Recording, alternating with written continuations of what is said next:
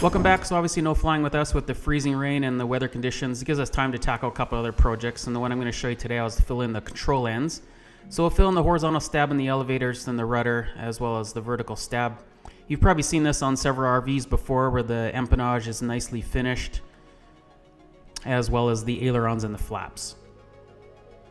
So the aircraft's already flying, but to do it properly, you're going to have to remove the control surfaces. So we'll take the rudder and the elevators off. And then for the flaps, we can actually get away with just dropping the flap. We'll talk about that later.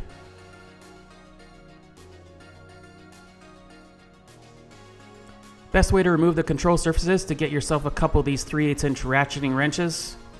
There's not a lot of room to get the bolts off and on the control surfaces, so this makes the job a lot better for the elevator and the rudder.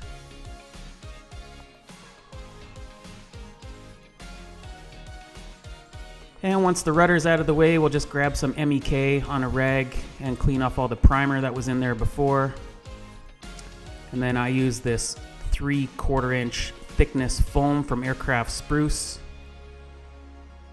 It's compatible with epoxy resins. It's used on composite aircraft, works really well. It's really easy to file. So once you get the approximate shape, mark the front and the back, so you always put it back in the same spot. And then use a coarse file to decrease the edges and round the edges. So we actually want a nice loose fit, so we can get the epoxy around the edge of it, which I'll show you later. So now we got it in place, we're gonna level it. So again, the coarse file makes a very quick work of this.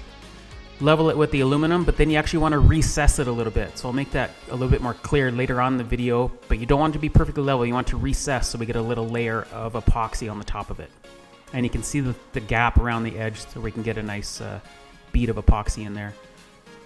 So West System epoxy is what I use for everything. And to bond these in, we're going to use phlox, which is a cotton fiber and epoxy mixture you see here. And you want it to be a little bit thicker than toothpaste, so it kind of peaks a little bit. And this stuff is very strong when it's dry, so don't get too crazy putting it in there. Otherwise, you're going to have a tough time sanding it away. And then cover all the edges and the bottom. Place the foam in there so that it's recessed a little bit, so that when we add the rest of the phlox, we actually get a layer on top. Now we're going to work the phlox into the edge that you saw earlier, and we get a nice cover on top that will sand. Let it sit for 24 hours and then grab a flat sanding block like here. Like I said, this stuff's very strong, so don't get carried away and put a huge thick gob on there, otherwise it's going to just take a long time to get it off. So a combination of that 50 grade emery cloth and a sanding pad. And once you're all happy with the phlox, we'll mix up some microblue and epoxy here and cover it up for a finished look. So back to the West System epoxy, and we're going to add microballoon to this, and this stuff is quite dangerous if you inhale it. So when you're mixing it, this is about 300 or 400 times speed here, mix it very slowly so it doesn't become airborne.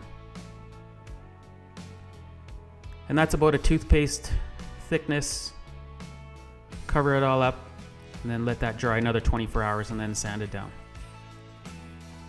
Taking the elevators off so we can get access to the horizontal stab in the elevators. So here you see filing the vinyl, or the foam again, sorry. And then once we turn the file sideways 90 degrees there, now we're actually creating a little bit of recess. So that's where you want the foam to be a little bit smaller than the spot you're filling, so you get that layer of epoxy on top of it. So that's obviously a little bit too tight there, so we'd file that down. There's the phlox mixture around all the sides and on the bottom.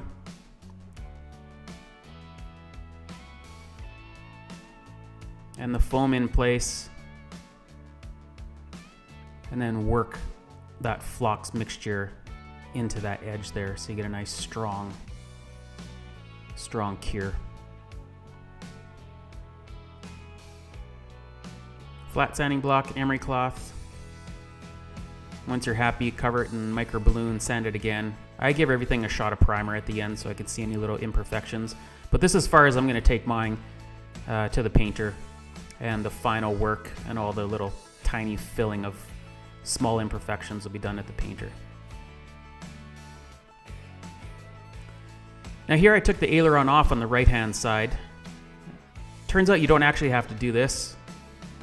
You can just actually drop the flap down. So you can pull out the piano hinge of the flap and just let it sit on maybe a bench or something, and then you have access to the inside.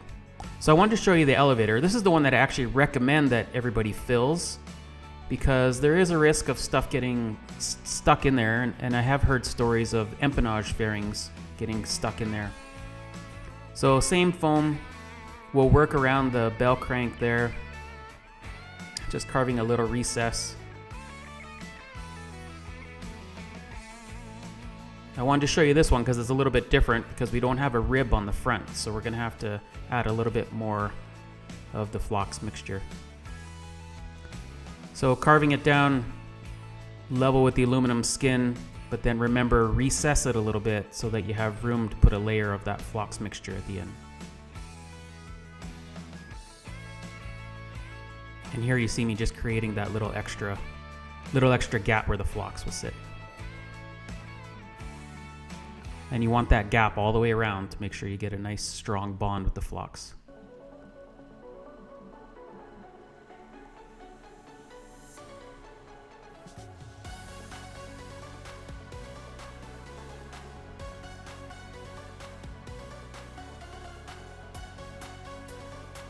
Working it into the edge, and now we'll start with the front part, which is going to be a little bit different because we're going to add some phlox to the back side since we don't have a supporting rib there.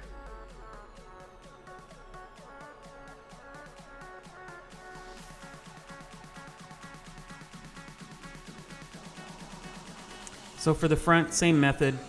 Create a little indent, work around the bell crank, use that coarse file to make it fit nicely. And once you're happy with the fit, just press down, make a little indentation, and you have your part.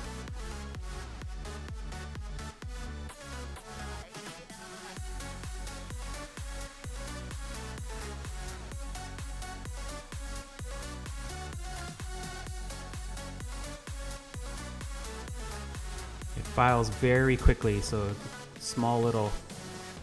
removing small amounts of material at a time here.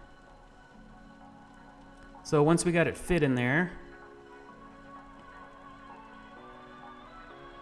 so here's the difference. We're going to add some phlox around the edge like we did before, but for the actual part itself, we're going to phlox the entire thing. So the back side is going to be all covered in epoxy phlox, because there is no supporting rib there, and we don't want this to degrade over time. So let's cover it up with some phlox and press it in place, and again, just cover the top of it like you did all the other control surfaces.